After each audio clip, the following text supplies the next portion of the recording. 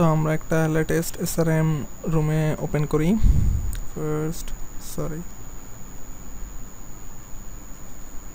ওকে, আমরা SRM 557 division 2 তে প্রবেশ করলাম।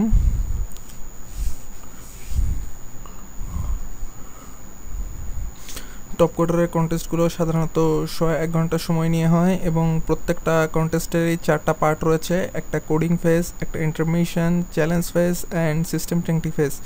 4টি ফেজ সম্বন্ধে আপনাদেরকে যদি বিস্তারিত জানাতে হয় তাহলে টোটাল যে 1 ঘন্টার কন্টেস্টে প্রথম 1 ঘন্টা কোডারদেরকে সময় দেওয়া হয় কোড করার জন্যে, দেন 5 মিনিটের একটা ইন্টারমিশন দেওয়া হয় এবং তারপরে 15 মিনিট এক একটা রুমে সাধারণত 20 জন কোডার অ্যাসাইন করা হয় বা 20 জন করেই কোডার থাকে। তো তাদের প্রত্যেকের কোড আপনি দেখতে পারবেন। আপনার যদি কারো কোড দেখে মনে হয় যে তার কোডে কোনো বাগ আছে বা আপনার কোনো স্পেশাল টেস্ট কেসের মাধ্যমে তার কোডটাকে ফেল করানো সম্ভব, তাহলে আপনি তার কোডটাকে চ্যালেঞ্জ করতে পারবেন এবং চ্যালেঞ্জ করার জন্য আপনাকে এক্সট্রা 50 পয়েন্টস দেওয়া হবে। এবং কোনো কারণে যদি আপনার কোডটা চ্যালেঞ্জটা ফেল করে, অর্থাৎ আপনি যদি চ্যালেঞ্জটা সাকসেসফুল না হন, তাহলে আপনার কন্টেস্টের পয়েন্ট থেকে -25 করা হবে বা আপনার টোটাল কন্টেস্ট পয়েন্ট থেকে 25 পয়েন্ট কেটে রাখা হবে। তো রিসেন্টলি আমাদের টপ কোডারের 582 কন্টেস্টটা হয়ে গেছে। সো আমরা যদি সেখানে কিছু দেখতে চাই তাহলে এটা হচ্ছে কন্টেস্ট শিডিউল। কন্টেস্টটা শুরু হয়েছিল, রেজিস্ট্রেশন শুরু হয়েছিল এই সময়ে, এরপরে এটা coding phase, then intermission, challenge and finally total যতগুলা চ্যালেঞ্জ হয়েছে বা এর বাইরেও যদি তাদের কোনো স্পেশাল টেস্ট কেস থাকে, সবগুলা টেস্ট কেস পাস করার পরে আপনার কোডকে পূর্ণ নম্বর দেওয়া হবে বা পাস্ট সিস্টেম টেস্ট টাইটেল দেওয়া হবে, সেটা কি আমরা পরে দেখব। তো এক একটা যেটা বলেছিলাম যে এক একটা রুমে 20 জন করে থাকে, তো এখানে টোটাল রুমস ছিল প্রায় 69টার মতন। তো আমরা একটা রুমে ঢুকি,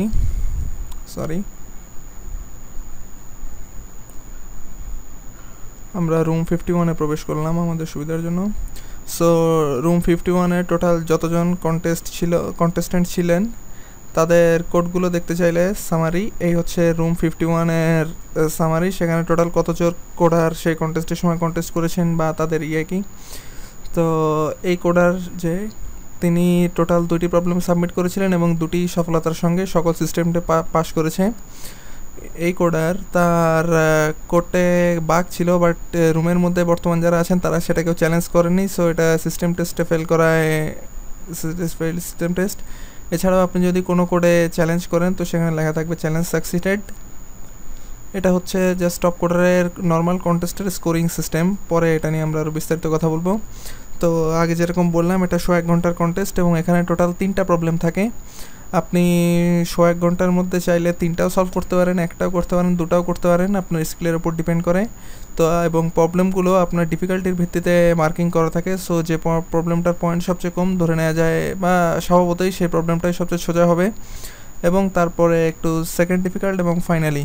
এবং আপনার টাইমের সাথে সাথে আপনার এই পয়েন্টটা কমতে থাকবে। সো আপনি যত দ্রুত প্রবলেম সাবমিট করবেন আপনি তত বেশি পয়েন্ট পাবেন এবং যত দেরি হবে আপনার প্রত্যেকটা প্রবলেমের জন্য পয়েন্ট তত কমতে থাকবে। ওকে, তো আমরা প্রথমে একটা সহজ প্রবলেম দেখি, 250 স্কোরের প্রবলেমটা।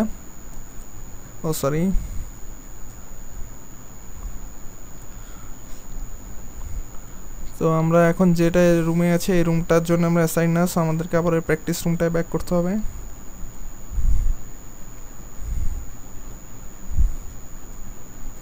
আমরা আবার 557 ডিভিশন 2 রুমে ফিরে যাচ্ছি।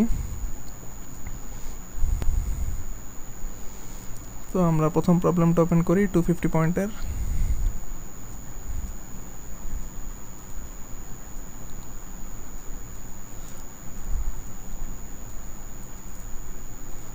অ্যান্ড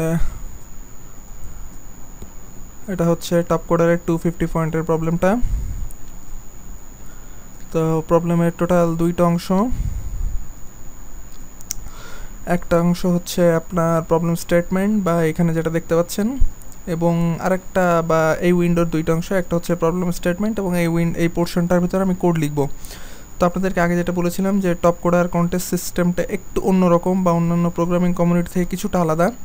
সো এখানে আপনাকে প্রবলেমটা সাবমিট করতে হবে একটা ফাংশন হিসেবে, যে ফাংশনের প্যারামিটার এবং রিটার্ন টাইপ আপনাকে দিয়ে দেওয়া হবে।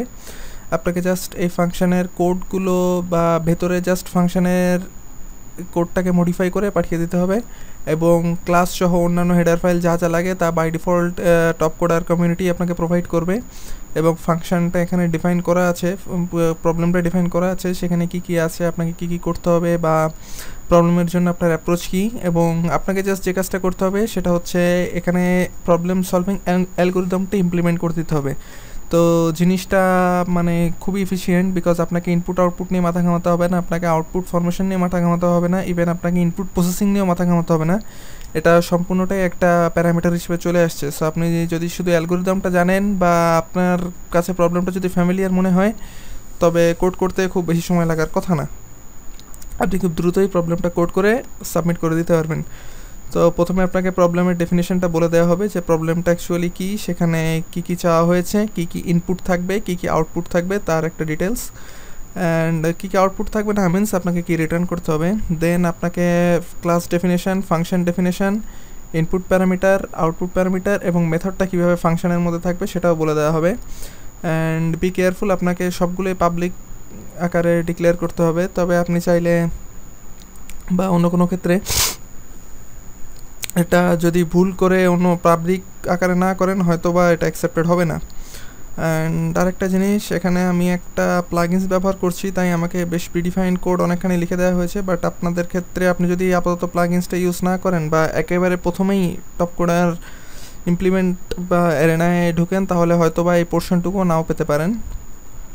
এবং আপনাকে আগে যেটা বলেছিলাম যে ওখানে বর্ণনা দেওয়ার পাশাপাশি এখানে কনস্ট্যান্টগুলো বলে দেওয়া হবে যে আপনার প্যারামিটারের ভ্যালু বা প্যারামিটার এলিমেন্ট কত থেকে কতর মধ্যে থাকবে, তার অন্যান্য কি ডেফিনেশন সব কিছু, এবং ফাইনালি আপনাকে কিছু এক্সাম্পল বা টেস্ট কেস দেখিয়ে দেওয়া হবে। এবং মোস্ট প্রবাবলি বা অধিকাংশ ক্ষেত্রে দেখা যায় টেস্ট কেস 0 এবং 1 এই দুইটা টেস্ট কেসের ডেফিনেশন বলে দেওয়া থাকে যে কেন টেস্ট কেসের অ্যান্সার এইটা বা কীভাবে ক্যালকুলেশন করার ফলে অ্যান্সারটা আসলো। তারপরেগুলো just test case and returns দেওয়া থাকে, এক্সপ্লেনেশনটা দেওয়া থাকে না। সো টেস্ট কেসের এক্সপ্লেনেশন দেখতে চাইলে আপনাকে মানে প্রবাবলি দুইটা টেস্ট কেসের এক্সপ্লেনেশন দেওয়া থাকে। ওকে, তো আপনি যদি এখন এটা সলভ করতে চান, আপনাকে সিম্পলি প্রবলেমটা পড়তে হবে। পুরো জিনিসটা মাথায় আসার পরে বা ক্লিয়ার করার পরে এরপরে আপনি জাস্ট কোডটা ইমপ্লিমেন্ট করে এখানে প্রথমে সেভ, দেন কম্পাইল, এবং এর বর্তমানে এখানে টেস্ট কেস দেওয়া আছে টোটাল 5টা, 0 থেকে 5 মানে 6টা টেস্ট কেস দিয়ে টেস্ট করার পরে যদি মনে হয় যে no it's efficient for me বা আপনি যদি স্যাটিসফাইড থাকেন, তারপরে আপনি সাবমিট করতে পারেন। তো সাবমিশনের একটা বিষয় যেটা, আপনি এটা সাবমিট করার জন্য শুধুমাত্র কন্টেস্ট টাইমেই পয়েন্ট পাবেন বা আপনার ফ্যাসিলিটিসটা দেওয়া হবে, বাট অন্যান্য টাইমে পয়েন্ট দেখালেও সেটা অ্যাকচুয়ালি আপনার টপ কোডার রেটিংয়ে খুব একটা এফেক্ট করবে না, বিকজ এই কন্টেস্টের এখন আমরা যে পোর্শনটা আছি এটা হচ্ছে প্র্যাকটিস সেশন।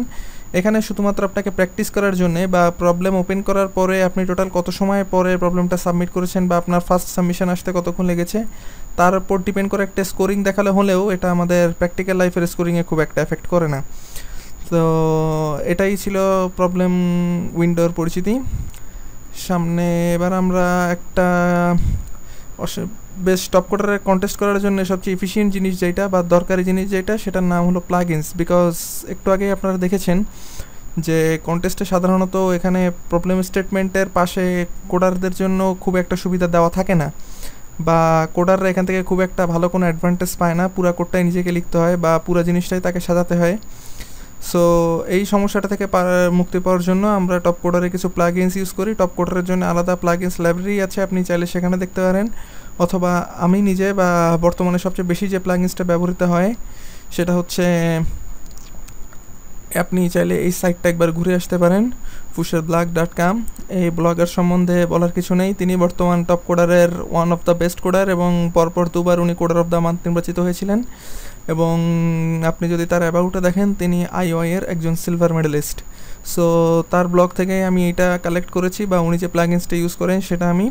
তো প্লাগইনসটা কী করে ব্যবহার করতে হবে, কী করে ইনস্টল করতে হবে, কী করে আপনার টপ কোডারের কন্টেস্ট এরিনার সাথে সেটা ইন্টিগ্রেট করবেন, তার সব কিছুই প্রায় এখানে বলা আছে।